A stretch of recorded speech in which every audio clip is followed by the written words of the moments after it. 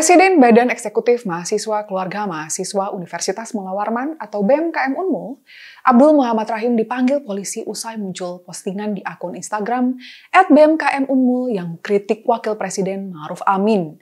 Dalam unggahan tersebut terdapat tulisan begini, "Kaltim berduka, patung Istana Merdeka datang ke Samarinda, beserta foto Wapres Ma'ruf Amin." Atas dasar apa mahasiswa tersebut dipanggil polisi? Lalu, bagaimana kelanjutan kasusnya? Saya Yorin Halatu, welcome to Headline.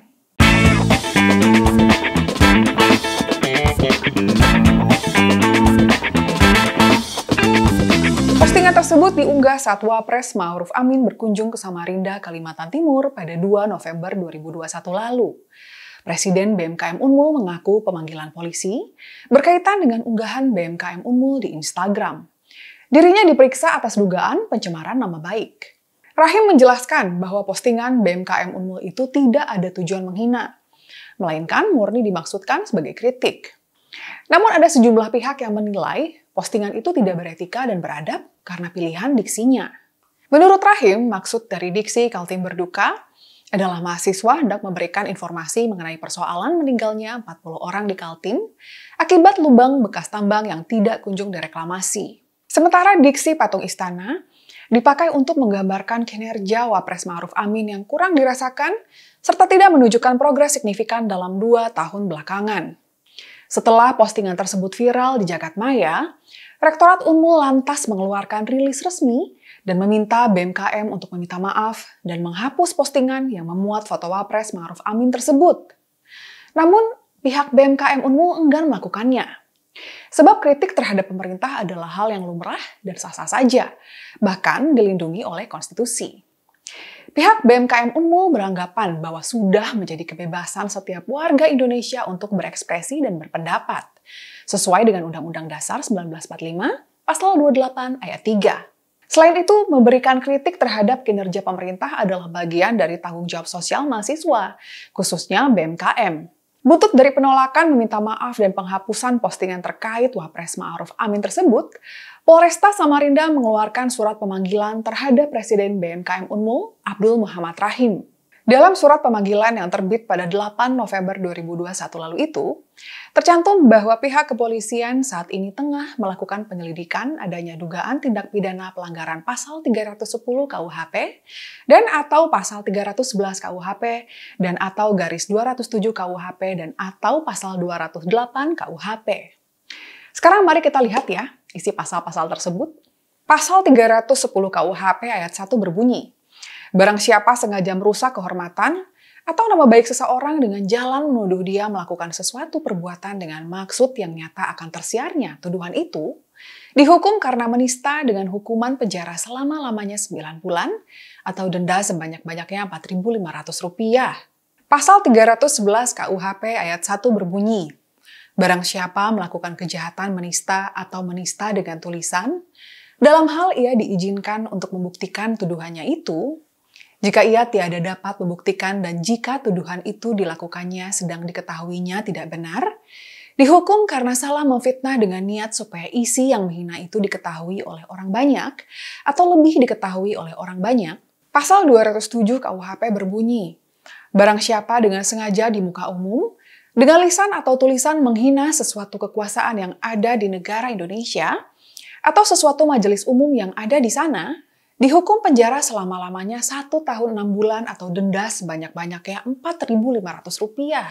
Pasal 208 KUHP ayat 1 berbunyi, "Barang siapa mempersiapkan, mempertontonkan atau menempelkan tulisan atau gambar yang isinya penghinaan sesuatu kekuasaan yang ada di negara Indonesia atau bagi sesuatu majelis umum yang ada di sana, dengan niat supaya isi yang menghina itu diketahui oleh banyak orang atau lebih diketahui oleh banyak orang, dihukum penjara selama-lamanya 4 bulan atau denda sebanyak-banyaknya Rp4.500.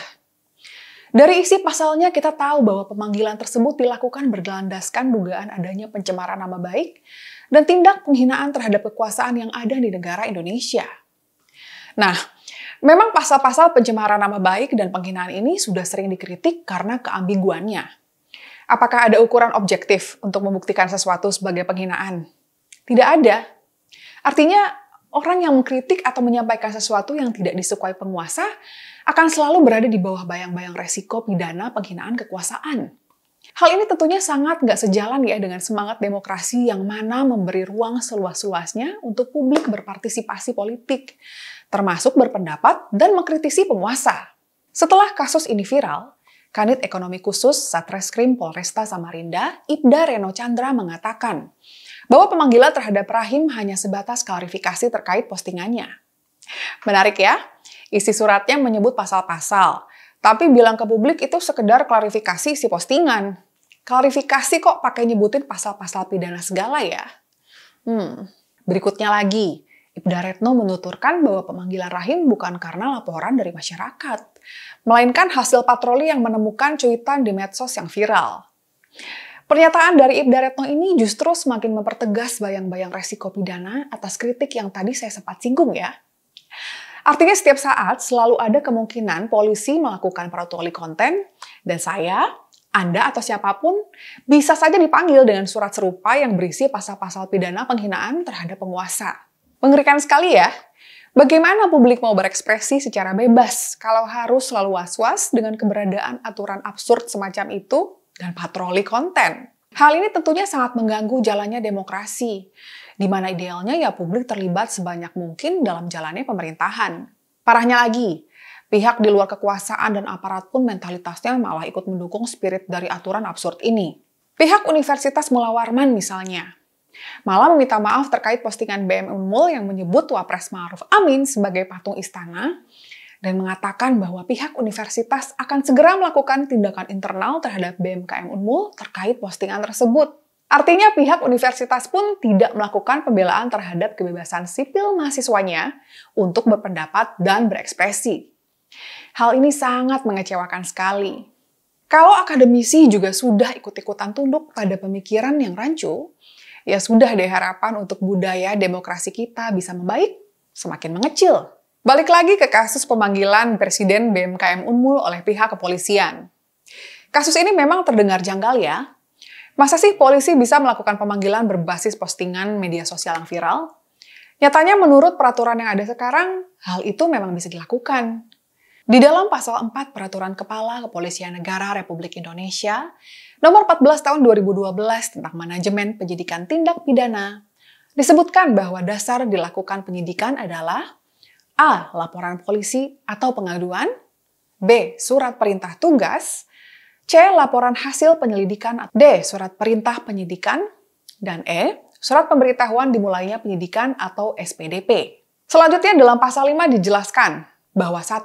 Laporan polisi atau pengaduan terdiri dari laporan polisi model A dan laporan polisi model B.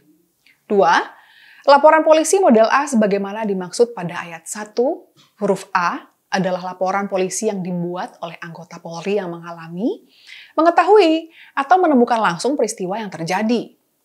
Jadi memang bisa saja polisi melakukan penyelidikan berlandaskan postingan viral di media sosial yang ditemukan oleh pihak kepolisian yang sedang patroli konten. Tapi yang menjadi pertanyaannya ya buat apa? Buat apa polisi menghabiskan anggaran, waktu, dan energi mereka untuk ngurusin postingan media sosial begini? Yang mana isi postingannya jelas berupa kritik, yang tidak berisi fitnah, atau kebohongan, ataupun ancaman yang membahayakan. Kemudian kalau tujuannya klarifikasi, ini malah lebih aneh lagi. Ngapain polisi minta klarifikasi atas kritik yang ditujukan bukan buat mereka, melainkan buat Wapres Ma'ruf Amin. Yang pantas minta klarifikasi ya yang dikritik itu. Jangan sampai polisi beralih fungsi jadi petugas pelindung perasaan pejabat publik ya.